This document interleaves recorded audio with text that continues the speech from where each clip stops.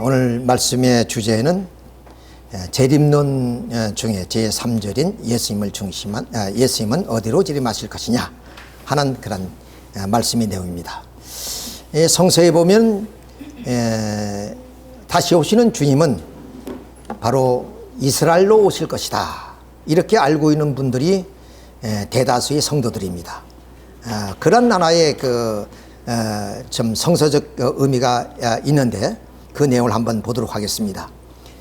계시록 7장 4절을 보면 내가 입맞은 자의 수를 들으니 이스라엘 자손, 그렇죠? 이스라엘 자손의 각 지파 중에서 입맞은 자들이 14만 4천 명이니, 즉 재림 예수님이 오셔서 하나님의 그 인을 가지고 와서 인을 치는데 그 인을 맞는 사람들이 이스라엘 민족이라는 거예요. 그러니까 당연히 이스라엘 나라에 오시겠구나, 이렇게 생각합니다. 또 마태복음 10장 23절을 보면 이 동네에서 너희를 핍박하거든 저 동네로 피하라. 내가 진실로 너에게 이르노니 이스라엘 모든 동네를 다 다니지 못하여 인자가 오리라.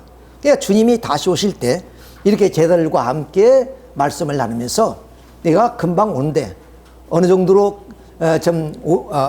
빨리 오시느냐 하면 이스라엘 동네를 다 다니지 못해요. 이스라엘 나라가 우리나라의 강원도만한 땅입니다. 근데 그 동네라면 얼마나 작은 곳이겠어요.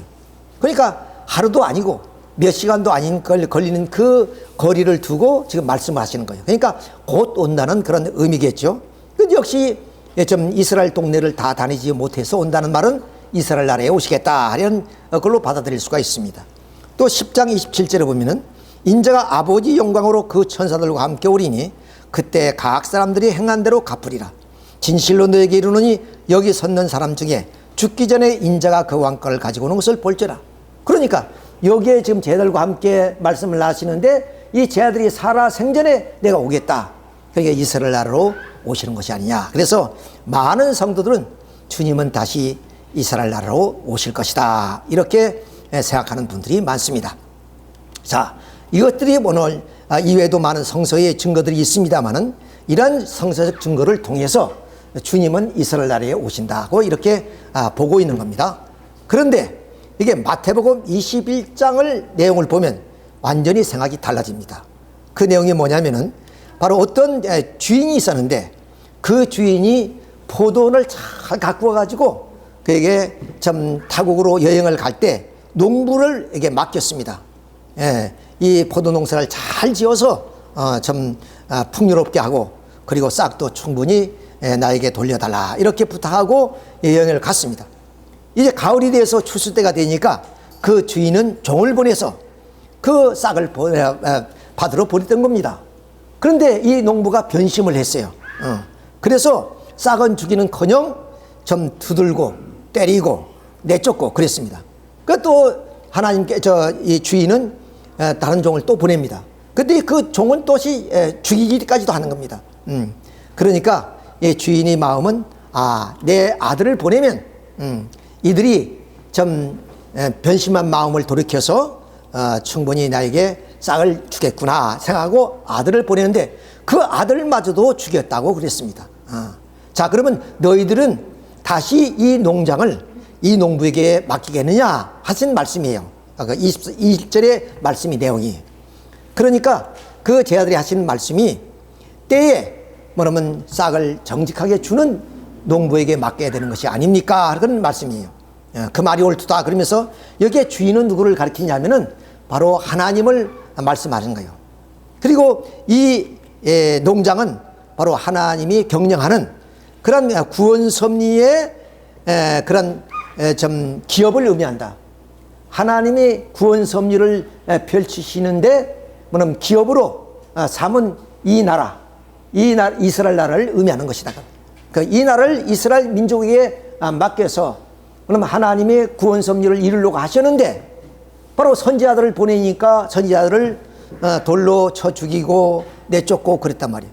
아들을 보내니 아들은 이는 상속자니 이를 죽여서 이 농장을 우리가 빼앗자, 이렇게 해서 아들까지 죽였으니까 이 농부에게 어떻게 다시 맡길 수가 있겠느냐는 말씀이에요. 이 말은 다시 말하면 이스라엘 민족에 온다는 그 얘기가 틀렸다는 얘기입니다. 지금까지는 이스라엘 나라에 올 것이라고 생각했는데 이 21절을 보니까 바로 이스라엘 민족에 다시 맡기지 않을 것이다. 하나님의 섭리를. 그러면 이스라엘이라는 말은 무슨 말이냐? 뜻을 우리가 좀 알아야 합니다. 이스라엘은 야곱이가 약복강에서 천사와 싸워서 승리했다는 그 말입니다. 이스라엘이라는 말은 승리자라는 뜻입니다. 그러니까 야곱의 승리적 기대를 통해서 태어난 혈통적인 후손, 이것을 우리는 이스라엘 민족이라 그럽니다. 그러니까 이스라엘 민족은 그 할아버지 야곱이 승리한 것처럼 그들도 믿음의 승리를 해야 되는데 이미 예수님을 십자가에 못 박았습니다. 그리고 많은 선지자를 핍박하고 박해하고 내쫓았습니다. 그러니까 하나님은 다시 이스라엘 민족에게 하나님의 기업을 맡길 수가 없다는 얘기예요. 그럼 어떤 민족에게 맡기겠느냐는 거예요. 자, 그래서 그 민족은 오늘 우리가 알고 있는 혈통적인 이스라엘 민족이 아니라 믿음으로 승리하는 민족은 다 이스라엘이란 말이에요. 이스라엘이라는 말 자체가 승리했다는 것을 의미하기 때문에 바로 이스라엘에 주님이 오신다는 말은 승리하는 민족, 믿음으로 승리하는 민족이지 혈통적인 이스라엘 후손을 의미하는 말이 아니라는 것을 여기서 역설하고 있는 거예요. 자, 그런 의미에서 결국 혈통적 유대인이 아니다는 것을 우리가 알 수 있습니다. 자, 그래서 로마서 9장 6절에 보면은 이스라엘에서 난 이가 다 이스라엘이 아니라 그랬습니다. 그러니까 혈통적 이스라엘이 아니다는 말이에요. 믿음으로 승리한 사람만이 이스라엘이라고 말할 수가 있다, 그 말입니다. 또 로마서 11장 11절에는 저희가 넘어짐으로 인해서 축복이 이방인에게 이르게 됐다. 그러므로 이제 저희들이 희귀하게 하셨다, 그 말씀입니다.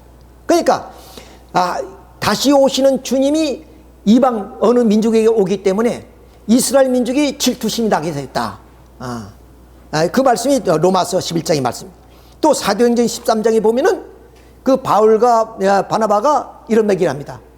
하나님 말씀을 당당히 너희들에게 전할 것이지만 너희들이 버리고 그리고 영생을 얻기를 원치 않음으로 인해서 하나님의 말씀을 이방인에게 전할 수밖에 없다 하신 말씀할 때 이스라엘 민족의 불신으로 말미암아 이거 선지자들도 죽었고 종인 아들이신 예수님도 죽었는데 이제 그 말씀은 이방인에게 전할 수밖에 없다는 말씀이에요. 자, 그래서 결국에 이 마태복음 21장의 말씀을 통해서 이스라엘 민족 가운데 예수님이 오는 것이 아니다는 결론을 이루게 됩니다. 우리는 역사적인 얘기를 한번 들어봅시다. 자, 이 야곱의 후손이 그럼 애굽에 들어갔습니다. 그래서 400년 동안 살다가 나올 때 그 출애굽한 그 이스라엘 민족은 선민이었습니다. 그렇죠? 모세를 따라서 이제 가나안 땅으로 돌아올 때 애굽을 출발했던 그 이스라엘 민족은 선민이었어요. 그런데 그들이 광야에서 불신함으로 인해서 결국 선민이 자격을 상실합니다. 이렇게 하나님이 어떤 개인이나 민족을 선택했다고 해서 영원히 그분이 뭐냐면 하나님의 선민이 되는 것이 아니라 그에게 주어진 사명과 책임을 다할 때만이 하늘이 선택한 민족이 될 수 있다는 말이에요. 그 애가 바로 이스라엘 민족이 얘입니다. 그 다음 이제 이스라엘 민족이 광야에서 이제 모세의 영도를 받고 가나안 땅을 향하다가 모세마저 불쌍합니다. 그러니까 모세 대신 여호수아 갈렙이 이스라엘 민족을 이끌고 가나안 땅에 들어오는데 그 가나안 땅에 들어와서 뭐냐면 그때까지는 이스라엘 선민이었어요. 그런데 결국 이스라엘 민족이 통일왕국을 세워서 분열된 왕국으로 갈 때 북쪽 이스라엘은 하나님을 불신하고 우상을 섬기기 때문에 뭐냐면 선민 자격을 상실합니다. 그래서 남조 유대만이 하나님이 선민이 되는 거예요. 이처럼 똑같은 민족이지만 좀 어떤 지파는 하나님을 믿었고 어떤 지파는 우상을 섬김으로 인해서 바로 선민이 되느냐 선민 자격을 상실하느냐가 결정되었다 그 말입니다. 역사적인. 또 남조 유대도 예수님 올 때까지는 하나님의 선민이었습니다. 그런데 예수님을 십자가에 내준 후로는 남조 유대도 결국 선민권을 상실했고 그 선민은 기독교로 넘어갔다는 것을 우리가 알 수가 있습니다. 자, 기독교가 만일에 주님 오시는 그 주님을 반대하면 그들도 선민권을 상실합니다. 그러면 다른 민족이 또 서민이 되겠죠. 자, 이런 입장에서 봤을 때 결국 아브라함이 혈통적 후손이 바로 이스라엘 민족이 아니라 바로 하나님의 뜻대로 사는 민족, 믿음으로 승리하는 열매 맺는 그런 백성이 바로 하나님의 이 땅에 보내실 이스라엘 민족이다. 따라서 마태복음 21장의 말씀은 유대 민족 가운데 재림을 하지 않는다 하는 그런 얘기다 하는 것을 우리가 알 수 있습니다. 자, 그래서 첫째, 주님은 이스라엘 민족에 안 온다. 그러면 이 세계는 수많은 민족이 있어요. 수많은 국가가. 그럼 그런 국가 가운데 어디로 오실 것이냐 하는 것이 오늘의 말씀의 포인트라고 말씀을 드릴 수 있습니다. 자, 근데 이제 재림 주님이 언제 오실 것이냐 말씀과 더불어서 어디로 오실 것입니까? 제자들이 묻자 예수님이 하시는 말씀이 죽음 있는 곳에 독수리가 모인다 그랬습니다. 자, 뭐냐면 이 죽음이랑 이제 독수리는 뭐냐? 죽음의 시체를 뜯어먹는 거 아니겠어요? 그러니까 독수리는 죽음 있는 곳에 오듯이만 그러면 바로 주님은 어디로 오시느냐? 생명이 있는 곳으로 오시게 된다는 하나의 논리가 형성됩니다. 이런 논리를 중심에서 봤을 때, 자, 그러니까 주님은 어디야? 구름 가운데 오신다 그랬죠? 예, 구름이란 게 무리를 의미하는 것이고, 또 구름은 무리를 중반에서 뭐냐면 형성된 것이기 때문에 성스럽고 거룩한 성도를 의미한다 그랬습니다. 그러니까 거룩하고 성도들, 주님을 기다리고 있는 성도들 가운데 주님이 오시게 된다는 말씀이에요. 자, 그럼 어디로 오실 것이냐는 그 질문에 바로 이 계시록 17장의 내용을 우리가 보게 됩니다. 그 내용을 아까 앞서 말씀을 드리려고 했는데 잘못돼 가지고 그 말씀을 못 드리고 넘어오긴 했습니다만은, 계시록 7장 2절이 뭐냐? 영원하신 하나님이 인을 가지고 천사가 해돋는 곳으로부터 올라와서 인을 치기 시작해요. 인이란 게 뭐냐? 구원받을 자의 그런 표시입니다. 그 구원을 받을 사람이 인을 받아야만이 천국에 들어가는 거예요. 그 인을 해돋는 동방으로부터 천사가 올라와서 무리들에게 인을 쳐는데 그 인을 받는 사람들이 이스라엘 각 지파의 몇 명이냐? 14만 4천 무리다 그러냐. 이스라엘 민족이 12지파가 되는데 12지파가 12,000명씩 하면 14만 4천 명이 됩니다. 계산상으로는 그렇게 됩니다만 꼭 그런 의미가 아니라, 아까 이스라엘 민족이란 것은 혈통적인 아브라함 후손을 의미하는 말이 아니란 거 알죠?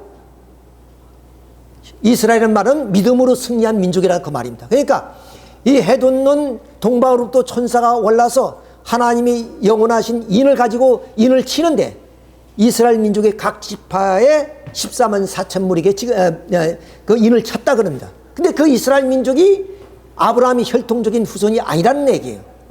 그것은 믿음으로 승리하는 그런 오늘 기독교 성도들을 의미하는 것이다. 그런데 그 14만 4천 무리 가운데 바로 요한계시록 14장 1절 보면 어린 양 예수가 시온산에 그 무리들과 함께 계셨다는 얘기가 있습니다. 그러니까 천사가 동방으로부터 해돋는 동방으로부터 올라와서 인을 쳤으니까 천사가 인을 치는 곳이 어디예요? 동쪽이라는 말이에요. 동방이라는 뜻이에요. 자, 근데 그 인 맞은 자들이 동쪽에 있는데 거기에 예수가 계시더라. 재림 예수님이 계시더라. 그러니 재림 주님은 동방으로 오시는 것이 아니냐. 이렇게 우리가 성서를 해석할 수 있습니다. 이렇게 볼 때 예수님은 언제로 어디냐? 동방의 나라로 오신다. 이런 결론이 나오게 됩니다. 자, 그러면 동방이란 것은 우리가 이부터 이 동북아시아, 그러니까 중국과 일본과 한국을 지칭합니다. 그래서 동양 삼국이라는데, 자, 그러면 이 세 나라 가운데 주님이 올 수 있는 여러 가지 좀 국가적인 상황, 이런 걸 우리가 생각해 봅니다. 어떤 민족성이라든가 역사성이라든가 그리고 그들의 어떤 종교심이라든가 이런 걸 우리가 생각해 봐요. 아니, 주님이 오시는데 악하고 그리고 또 전쟁만 일삼는 그런 민족 가운데 보낼 수 있어요? 결론적으로는 아주 선한 민족으로 선택하셔서 하나님이 보내시지 않겠느냐, 이렇게 우리가 생각할 수 있습니다. 왜? 주님은 사랑의 분이시기 때문에. 자, 그런데 일본은 이 주님이 오실 그때가 어떤 때냐면 이 전쟁을 일으킨 전체주의 국가 시대입니다. 이 천황을 중심으로 해서, 자, 이런 나라에 예수님이 오시면 예수님이 온전히 살아남을 수 있겠습니까? 그리고 예수님이 그 뜻을 이 민족을 통해서 이룰 수 없다는 말이에요. 전체주의 그 사상을 가진 민족이기 때문에. 자, 중국은 그 예수님이 오셔서 활동하는 시기가 어떤 시대냐? 바로 공산국가 됐습니다. 공산국가 됐죠. 자, 그러면 이 세 나라 가운데 오시는데 그래도 선한 민족이고 오실 수 있는 어떤 종교심이나 역사성이나 이런 것을 봤을 때 한국에 오실 수밖에 없다. 자, 아까 좀 그 마태복음 21장의 말씀 끝자리에 이런 내용이 있습니다. 건축자들이 버린 돌이 모퉁이의 머릿돌이 드나니 그러므로 내가 너희에게 이르노니 하나님의 나라는 너희는 빼앗기고 그 나라는 열매 맺는 백성이 받으리라 했습니다. 그러니까 건축자가 쓸모없다고 버린 돌이 어떻게 하나님의 은혜를 받아가지고 그 돌이 머릿돌이 됐대. 건물이. 건물의 머릿돌이라는 것은 그 건물을 상징하는 겁니다. 그렇죠? 이런 것처럼 하나님이 오실 수 있는 그 나라도 결국에 물론 변방의 조그만 나라이고 이름 없는 나라이지만 하나님의 은혜로 말미암아 결국 그 나라에 주님이 오실 수 있다. 주님이 선택된 선민이 될 수 있다. 이런 말씀이에요. 예, 그런 의미에서 바로 이 동양 삼국 가운데 우리 대한민국이 그러한 나라라 하는 것을 한마디로 입증해 볼 수가 있습니다. 자, 그러면 이런 나라가 되기 위해서는 하나님이 운칙으로만 그렇게 되느냐? 말씀드렸죠? 그 민족은 어떤 역사성도 있어야 되고, 또 그 민족이 선해야 되고, 또 평화를 사랑하는 민족이 돼야 되고. 왜? 예수님은 평화를 이루게 하기 위해서 오시는 분이기 때문에 그런 예수님의 뜻과 부합될 수 있는 민족성을 가져야 된대. 역사성도 가져야 되고. 그런 입장에서 자, 대한민국이 만약에 주님이 오신다면 어떤 조건을 갖춰야 되느냐? 바로 탄감복귀의 민족적 기대를 세워야 된다.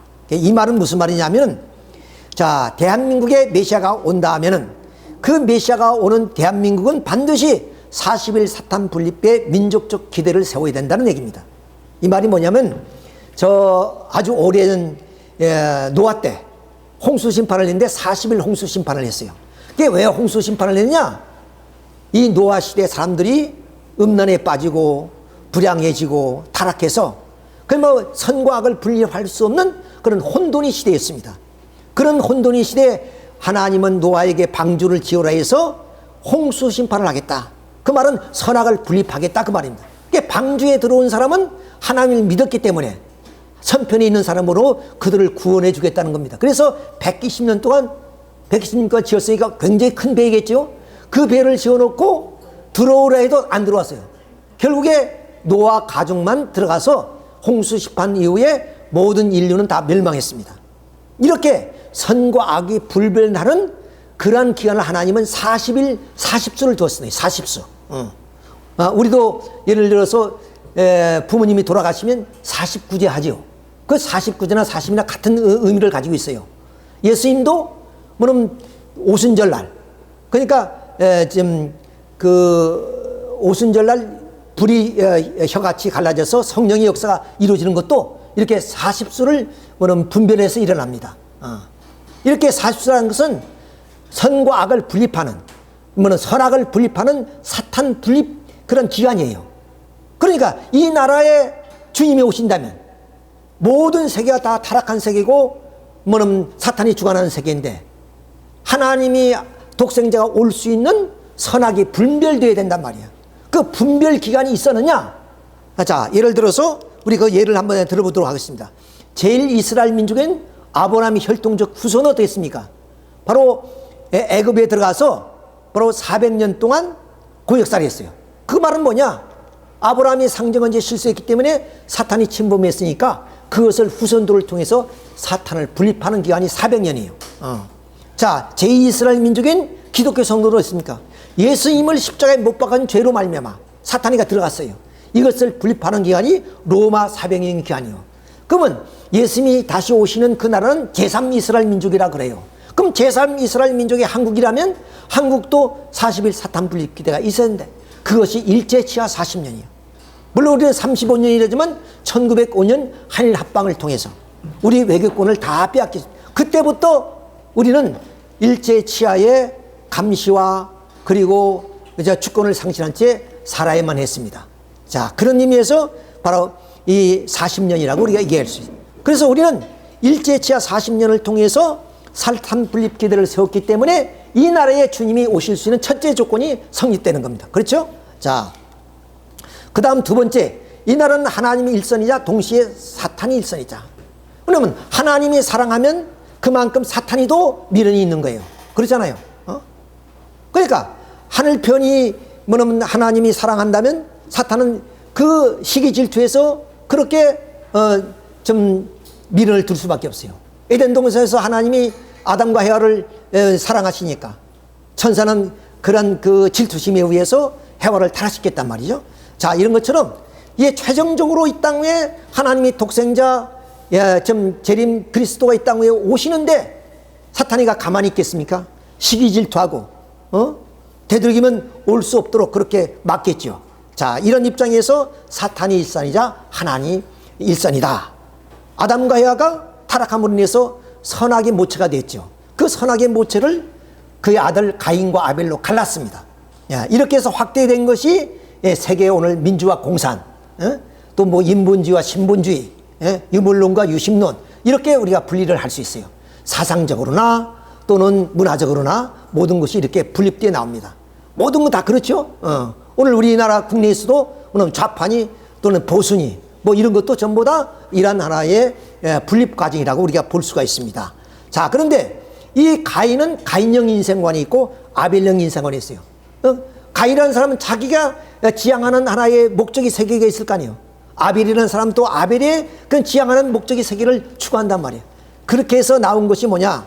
바로 이 좀 분단의 선.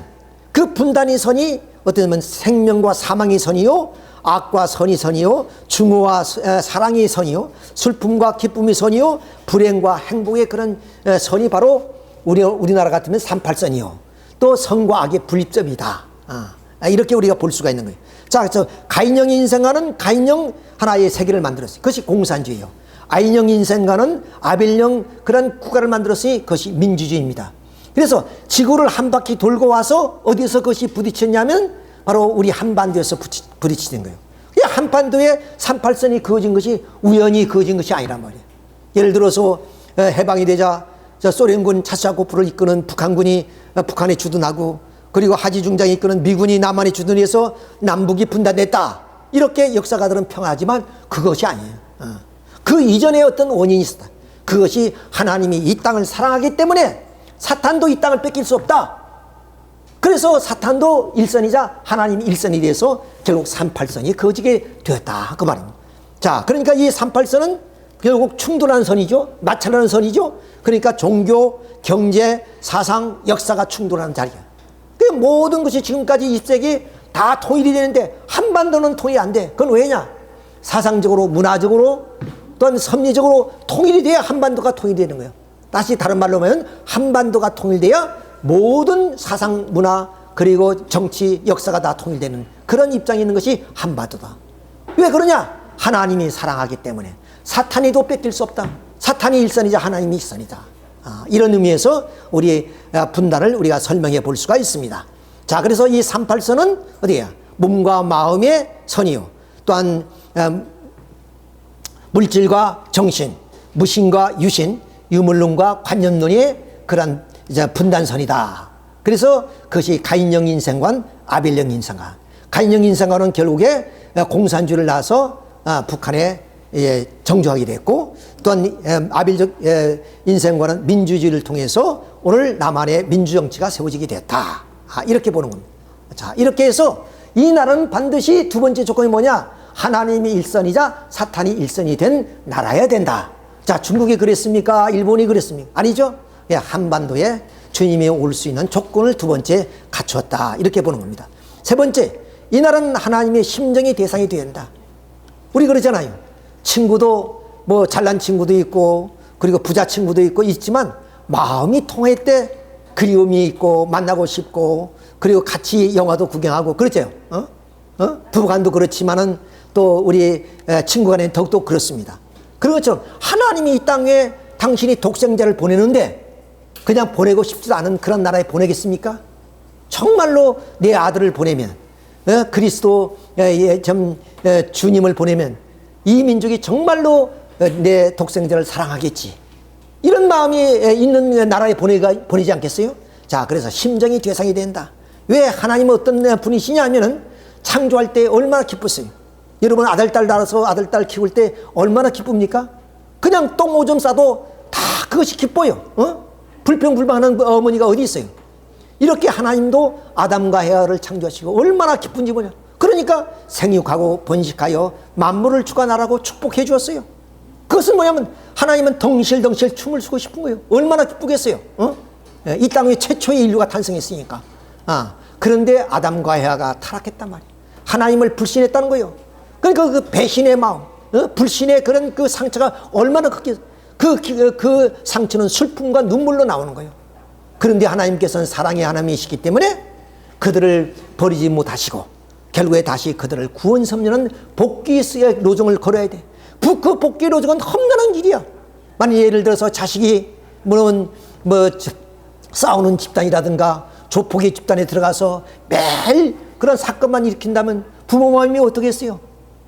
가서 절에도 가서 한번 빌어보고 교회 가서 목사님하고도 인원해보고 그 다음 정한수 떠놓고 정성을 들여보기도 하고 정말로 신실한 부모님들은 그렇게 하지 않아요? 그런 것처럼 타락한 인간, 하나님도 모르고 하나님이 없다 그러고 또 자기들끼리 전쟁하고 싸우고 이런 백성들을 구원하기 위해서 하나님은 얼마나 노심초사 고생을 많이 했겠어요. 그러니까 고통의 세월, 원통의 그런 세월을 보내신 하나님이다. 자, 그래서 하나님의 그런 이런 슬픔과 고통과 한이 대상이 된 민족이래야 그 이해를 할 수 있다. 과부의 심정은 누가 알아요? 호레비가 안다 그랬죠?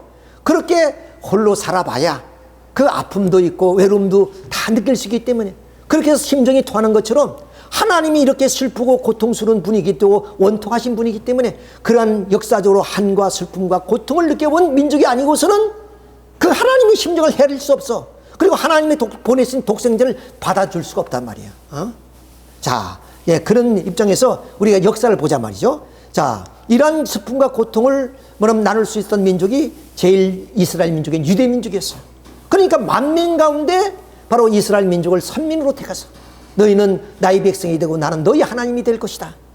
이렇게 해서 세운 민족이었지만 이 민족이 오히려 하나님이 보내신 독생자를 죽여버렸어요. 그 다음 제2이스라엘 민족인 기독교. 기독교 역사가 얼마나 슬픈 역사입니까? 순교의 역사의 한마디로 말면 그 순교의 역사가 이렇게 기독교를 이루었고 그 다음 우리 제3이스라엘 민족이란 우리 한민족은 어떻게 해요? 5천년 역사 속에 931번이나 외침을 당했다 그러죠. 그러니까 결국 이틀에 한 번, 1년에 한 번씩인가 그렇게 우리가 전쟁을 치러야 됐어요. 그래서 왜 여자들이 고무신은 왼쪽, 오른쪽이 없지요? 왜 왼쪽, 오른쪽? 난리가 하도만 나니까 난리 날 때 왼쪽, 오른쪽 가리고 신을 형편이 못 된다. 아무나 꿰서 달려야 되니까 여자 신발은 왼쪽, 오른쪽 없는 거예요, 그냥. 자, 이렇게 우리 민족은 정말로 그 환란 속에 살아온 민족. 그러니까 하나님의 심정을 가까이 느낄 수 있고 그 하나님의 아픔을 우리가 헤아려볼 수 있는 그런 사람이다. 서로 심정이 통하여야 친구가 되고 사정을 얘기할 수 있는 것처럼 바로 이 백성이 하나님의 심정과 사정이 통하는 민족이기 때문에 하나님은 이 민족을 택할 수밖에 없었다 하는 것을 알 수 있어요. 그걸 심정만 고민 뭐예요? 그 다음 정신과 사상이 있어야 돼. 그런 사상이 뭐냐? 바로 모든 종교는 한국에 들어오면 이 한반도에 들어오면 다 그 종교가 그러면 여기서 완성된 게 이루어요. 그래서 바로 경천 사상에 들어온 민족으로서 불교나 유교나 기독교나 이런 모든 종교가 이 땅에 와서 전례가 되면 완전히 여기에서 좀 민족 종교로서 그렇게 발돋움을 하잖아요. 자, 예를 들어서 예수님은 어떤 분이냐? 바로 이 땅 위에 만왕의 왕으로 오신 분이에요. 누가복음 1장 34절에는 만왕의 왕으로 이 땅에 오셔서 그 야곱의 대를 이어서 영원히 왕노로 타실 것이다. 이런 말씀이 있어요. 그 다음 또 마태복음 16장 20절에는 영존하신 아버지로 오신다 그랬어요. 아버지로 오신다. 또 주님은 어떤 분이냐? 이 땅에 신랑으로 오신다. 그러니까 기독교는 신부로서 신랑을 맞이하기 위해서 기름 준비하는 그런 집단이 어디야? 기독교예요. 기독교는. 자, 그러니까 이 예수님은 왕으로 오시고 아버지로 오시고 신랑으로 오시기 때문에 우리의 민족 정신은 어떻게 되냐? 바로 그 왕 앞에는 충신이 돼야 돼. 충신. 그렇죠? 왕을 모시는 사람이거든 충신이 돼야 돼. 그 충신이기 어떤 것인가 것을 사육신을 통해서 우리가 볼 수 있습니다. 이 사육신은 바로 이 단종이 그러면 그 삼촌 세조에게 왕권이 찬탈되죠. 자, 그래서 여기에 분노한 그런 좀 박평년, 하회지, 성산문 이런 사람들이 그런 왕에 대한 불신이죠. 예, 그 하나의 사건입니다.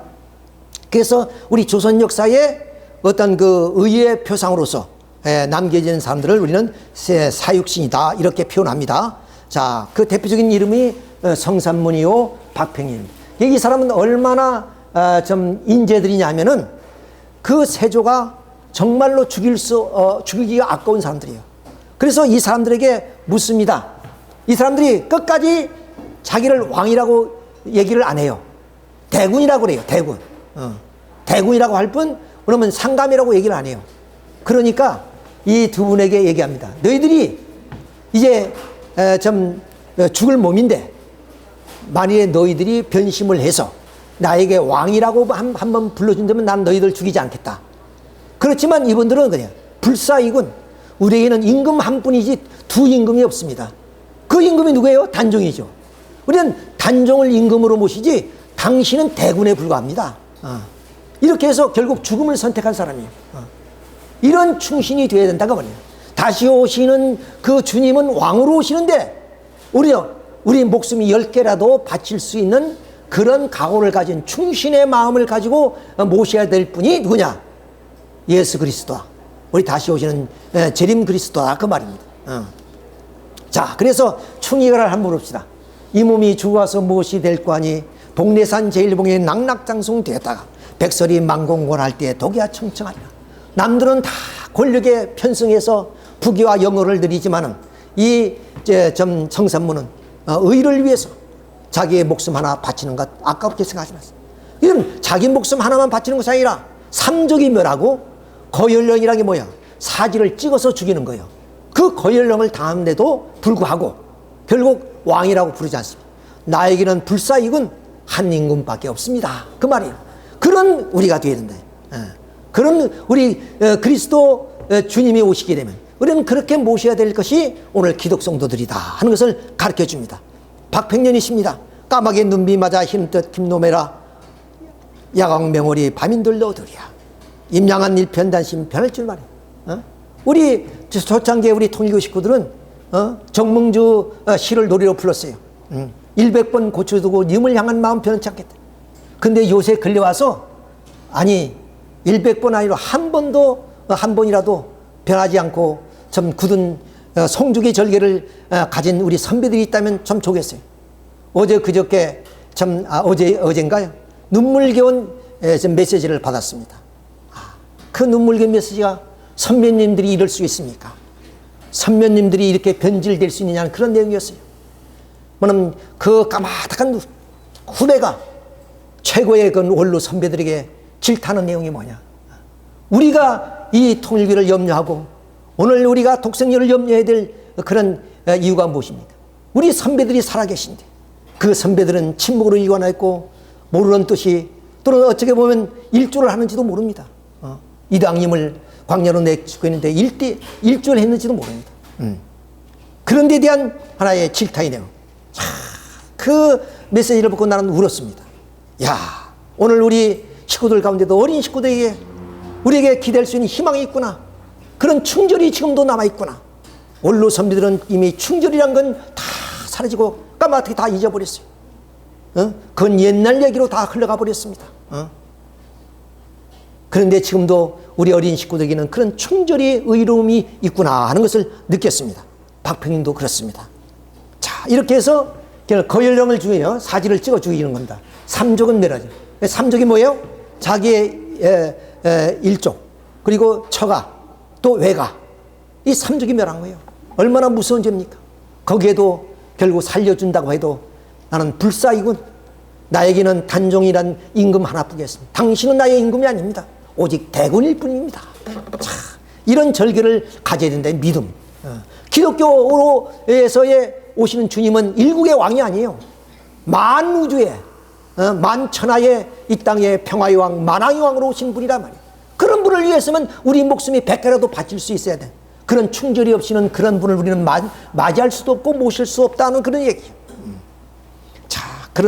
자, 이렇게 해서 결국 이 신하는 의 하나 지키기 위해서. 의는 그냥 저버릴 수도 있어요. 친구 간의 의리 배신할 수도 있죠. 자기 출세를 위해서, 자기 어떤 영달을 위해서.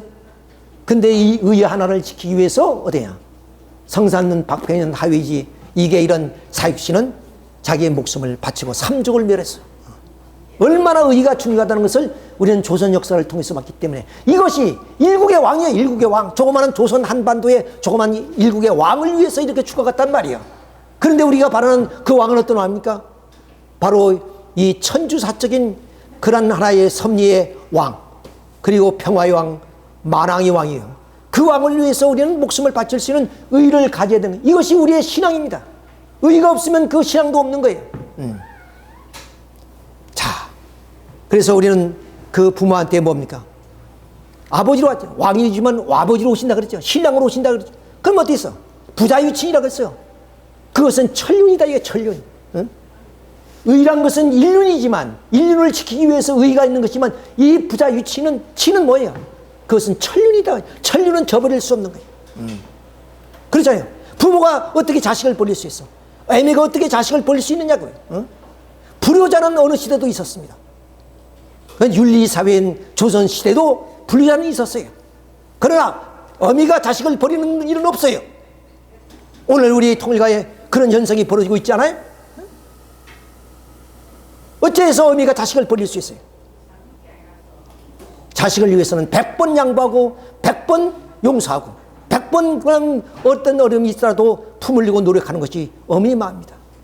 자식을 이기는 부모가 어디 있습니까? 그렇잖아요.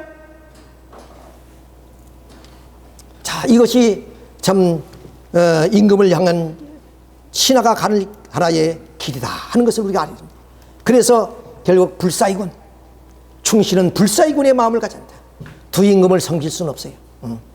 그 다음 이제 아버지로 오십니다. 아버지로 오셨을 때 우리는 심청해 왔던 그런 참 아버지, 눈먼 아버지를 위해서 인당수에 자기 몸을 바칠 수 있어야 돼요. 그 아버지를 위해서. 근데 이것은 일가의 나를 낳아준 아버지가 아니라 만우주의 아버지로 오신단 말이에요. 만우주의. 응? 만우주의 아버지로 오시는 그 아버지를 위해서 내 목숨이 100개라도 인당수에 100번이라도 뛰어들어야 되는 것이 오늘 우리 성도들의 그런 믿음이 되어야 된다. 그런 말씀입니다. 그리고 부모를 돌아가시면 꽃가마 태워가지고 이렇게 슬픈 노래를 부르면서, 이거 왜 죽었느냐? 자식이 불효해서 죽었다는 거예요. 여러분, 왜 그러면 한겨울에도 우리가 그 상복을 입죠. 그 상복이 어떤 거예요? 배로 만들어진 거 아닙니까? 엉성한 그 배로 그것을 입었으니 얼마나 춥겠어요. 왜 그걸 입느냐 말이에요. 물론 천이 없어서 그 입을 수도 있지만 그것을 입게 된 원인은 뭐냐?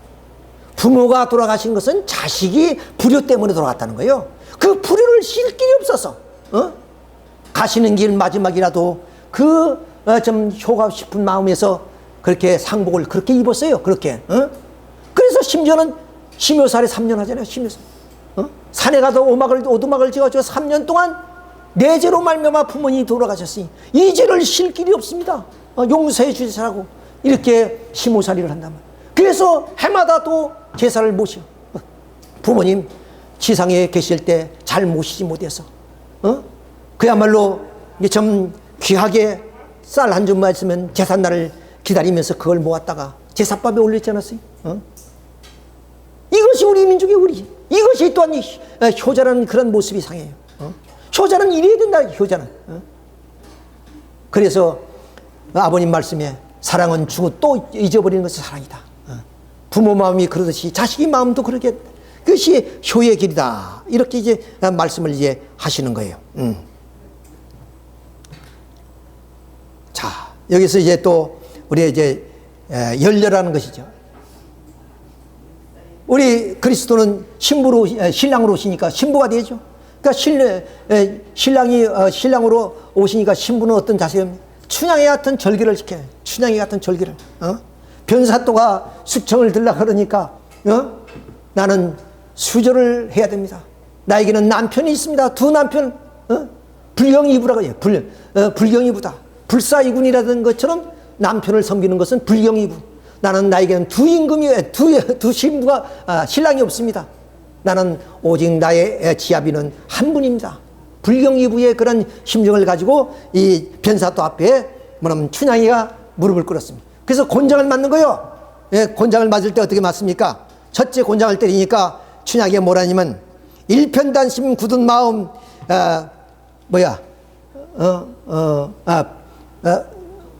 일부 종사요. 일부 종사. 예, 글씨가 잘 안 보여가지고 네, 안경이 이것이 먼데 보는 것이라서 가까이 가 잘 안 보여. 일부 종사요. 일부 종사라는 것은 오직 남편만을 내가 모신다 그 말입니다. 일부 종사요. 일편단심 일부 종사인데 내가 어떻게 변사또의 청을 들을 수 있어? 두 번째 곤장을 때리니까 이 춘향이 하는 말이 뭐냐? 뭐냐면 이부절은 아없는데 불경이부 내가 말했죠. 불경이부다. 자, 이부절을 내가 알고 있는데 어떻게 두 남편을 섬기겠소? 이 말이요. 그럼 세 번째 또 곤장을 때리니까 뭐야? 상방오륜을 알고 있었는데 삼종지혜요. 그러니까 여자분은 어떠냐? 우리가 흔히 옛날 조선시대에 그랬어요. 아버지 뜻을 따른다. 딸로 태어나면. 그 다음 시집 가면 남편의 뜻을 따른다. 그 다음 남편이 죽으면 아들의 뜻을 따른다. 이거 오늘 우리에게 시사해 주는 내용이 많습니다. 그렇죠? 아버님이 돌아가시니까 우리는 삼종지혜 했습니까? 아니죠. 자, 어머니도 삼종지혜를 해야 되는데 오히려 어머니는 어떻게 했어요? 아들의 권좌를 탐냈죠. 자, 이런 것을 우리가 보게 될 때 삼종지혜. 자, 여자로 태어났으면 뭐냐면 아버지를 뜻을 따르고 지아비 뜻을 따르고 남편이 죽으면은 아들의 뜻을 따라서 그 가업을 이어나가는 그런 전통이 우리 조선사회요 우리의 어떤 역사입니다. 그러니까 우리는 그런 마음을 가져야 돼. 그것이 뭐야? 춘향의 정신이 되게.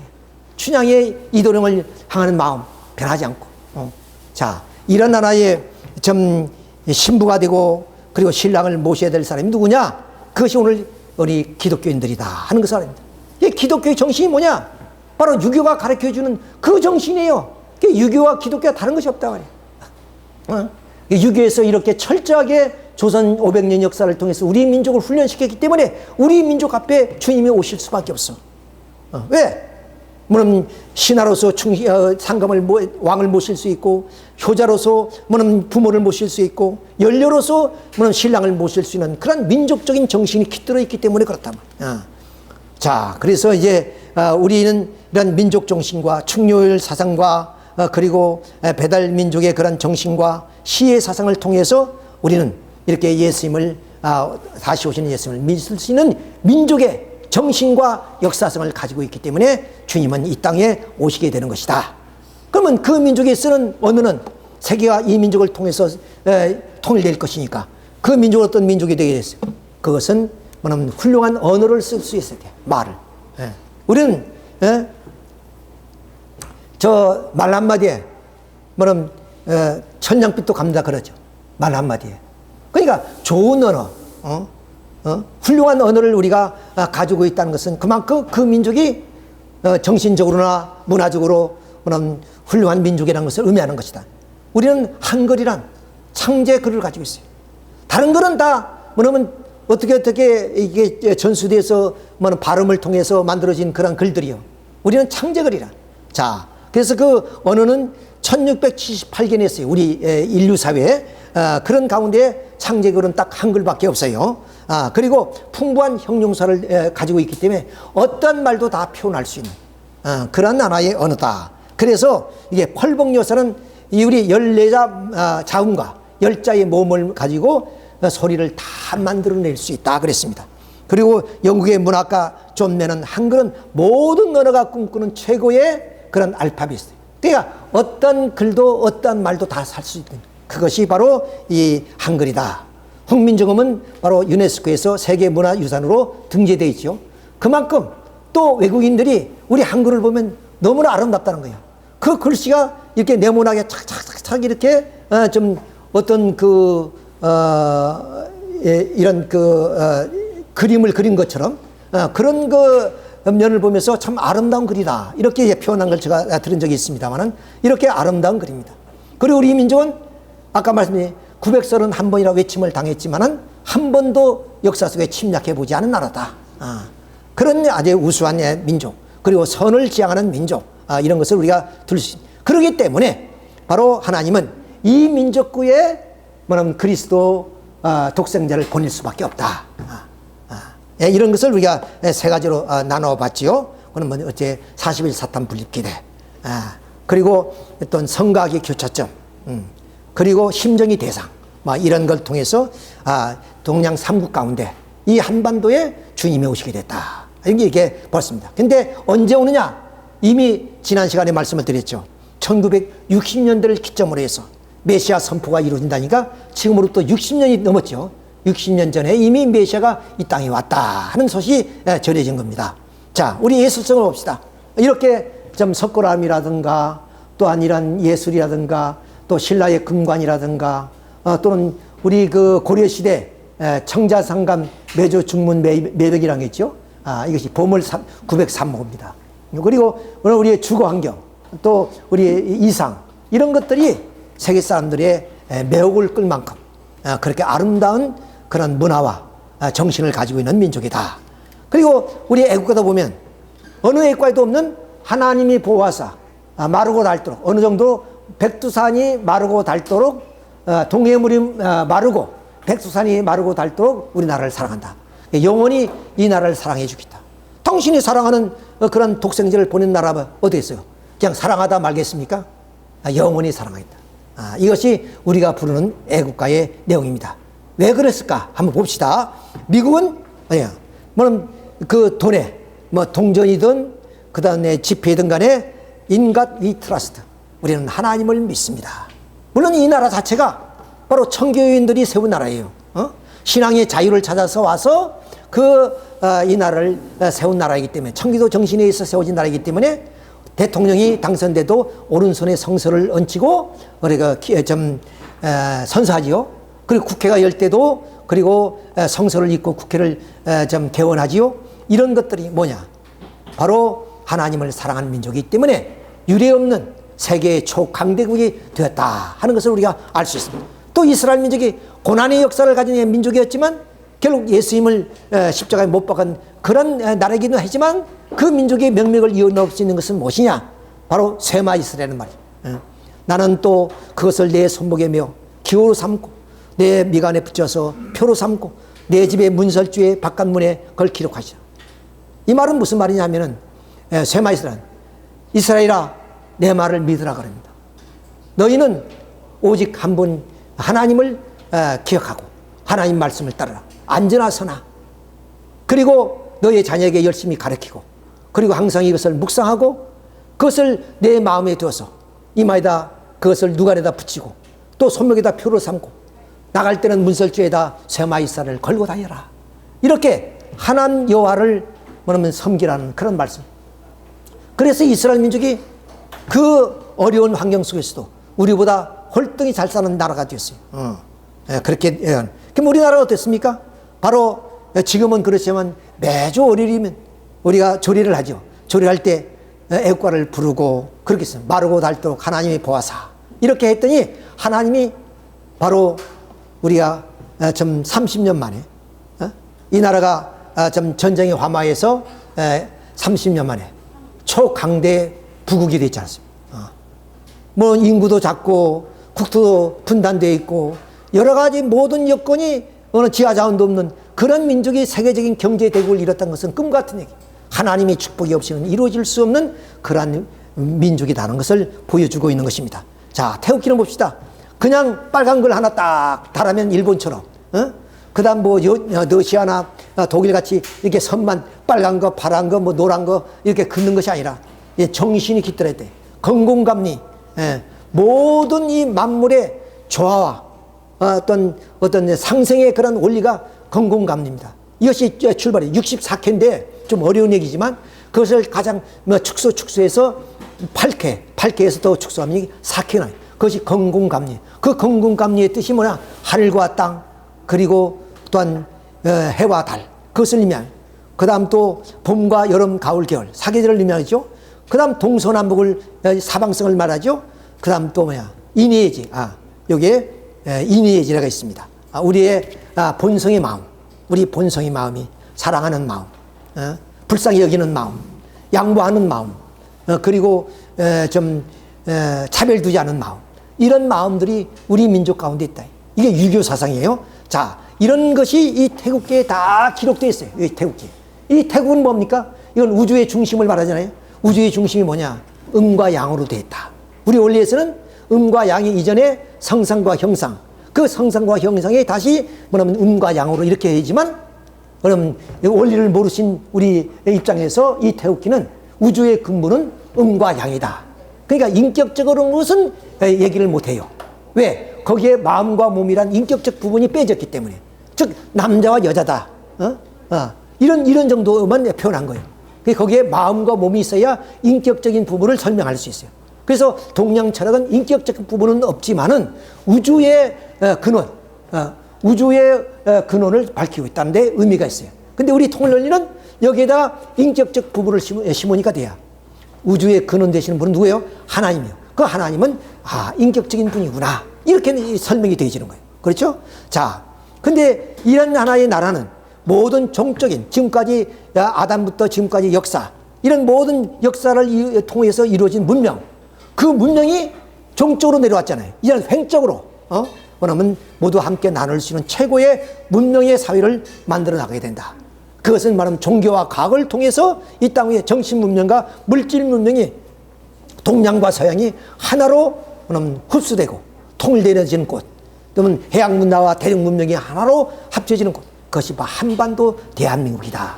그래서 우리는 한민족을 가리켜서 대한민국이라 하나의 나라, 그것을 의미하죠. 그 다음 한글, 하나의 온 백성, 온 우주 만상의 백성들이 쓸 수 있는 글, 한글. 그리고 무궁은 뭐냐? 무궁무진하다는 것이 끝이 없다는 말이죠. 알파 오메가, 처음과 나중에 끝이 없는 그런 하나의 세계, 그것이 바로 한반도다. 한반도는 지리적으로는 그렇게 조그마한 거지만 이 지리적인 한반도의 조금 땅에서 문명과 문화와 그리고 모든 세계가 하나로 펼쳐지는 그런 하나의 세계가 이루어지는 곳이다. 이걸 이제 설명하고 있어요. 자, 그러면 네 번째로 예언가에 중요했어요. 이스라엘 민족이 주님이 오신다 그러니까 에레미야, 이사야 선지자, 다니엘, 에스겔 이런 선지자들이 막 예언을 해요. 주님이 오실 것이라고. 그것처럼 한반도에도 하나님이 독생자가 오시는데 하나님이 아무런 예고도 없이 보내겠어요? 자, 그렇겠지만 이 나라에도 예언자가 있을 거다. 자, 그것이 뭐냐? 정감록이에요. 그 정감록이 시간이 없으니까 빨리빨리 전합시다. 자, 임진왜란 때 이재성송, 그럼 도요토미 히데요시 누이가 저 한국 사람은 소나무 밭에 가면 무서우니까 가지 마라. 그래서 그 임진왜란을 피하는 방법은 소나무에 간 사람들은 다 살았다는 거예요. 이재성송. 그 다음 또 병자 올 때는 추운 겨울이었죠. 그러니까 밖에 가면 다 얼어 죽었어. 그래서 집에 있으라. 이재가가 집에 있으면 산다.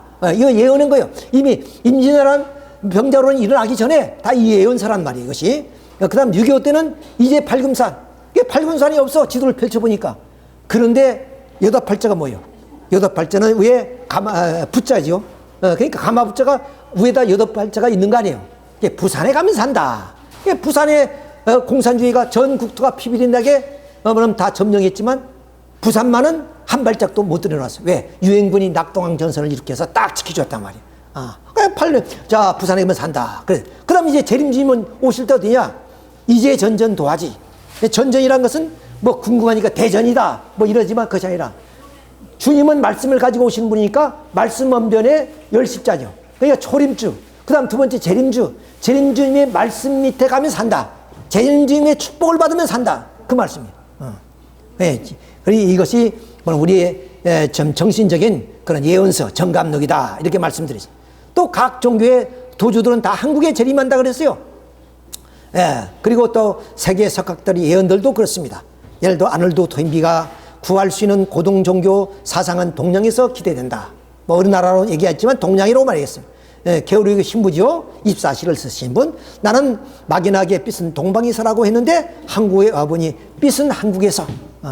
그러니까 이런 태양빛이 아니라 새로운 이상의 빛, 생명의 빛, 희망의 빛이 이 한반도에서 비친다. 그런 얘기예요. 자, 그럼 여기서 또 유명한 그 독일의 그런 그 사상가죠. 루돌프 슈타이너.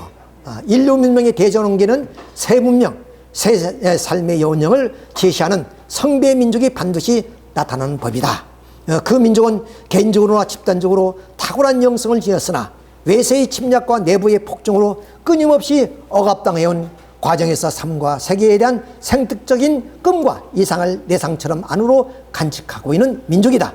로마 제국에 지배하던 시대, 지중해 문명 시대에는 전환기에는 그 성배가 이스라엘 민족에게 있었으나 그때보다 더 근본적인 전환기인 현대에서는 그 민족이 극동에 와 있다.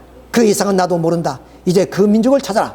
그래서 제자들에게 그 민족을 찾아라. 그 민족에 가서 경배하라. 이렇게 좀 지시하신 거예요.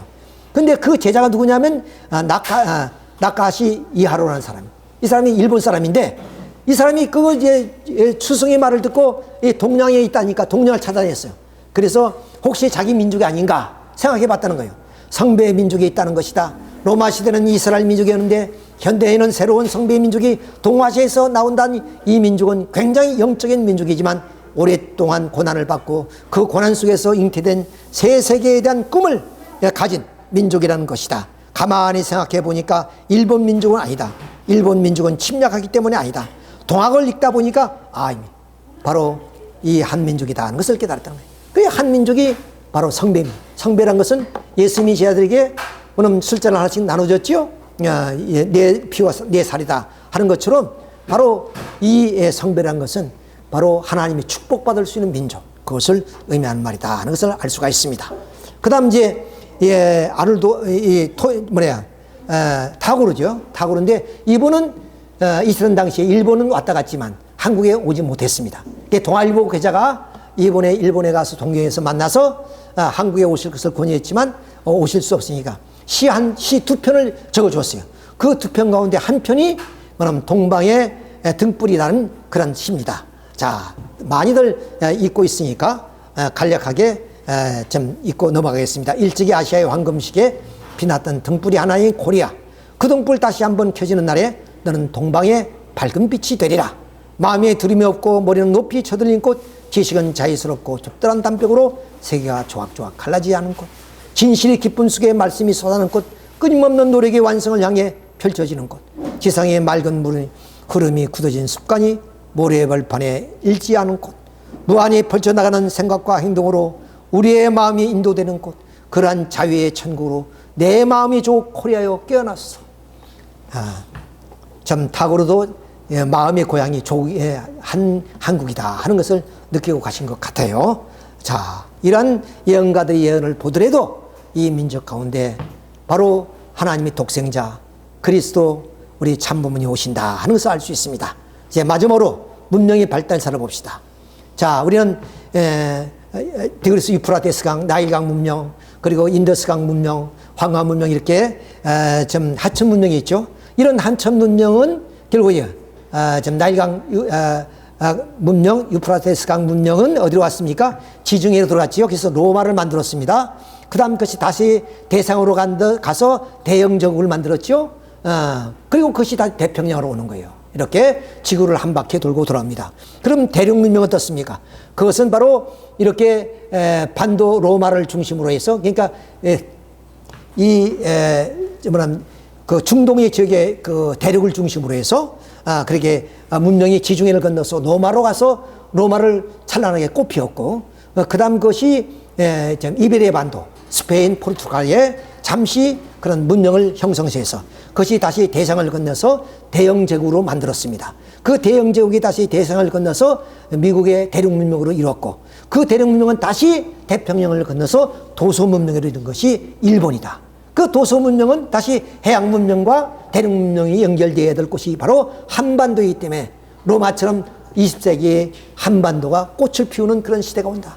그러므로 이 대한민국은 바로 인류 역사의 그런 민족과 그리고 국가와 그리고 초종교와 초세계를 이루는 그런 나라, 하나의 문명의 어머니가 되는 그런 곳이 되는 것이다.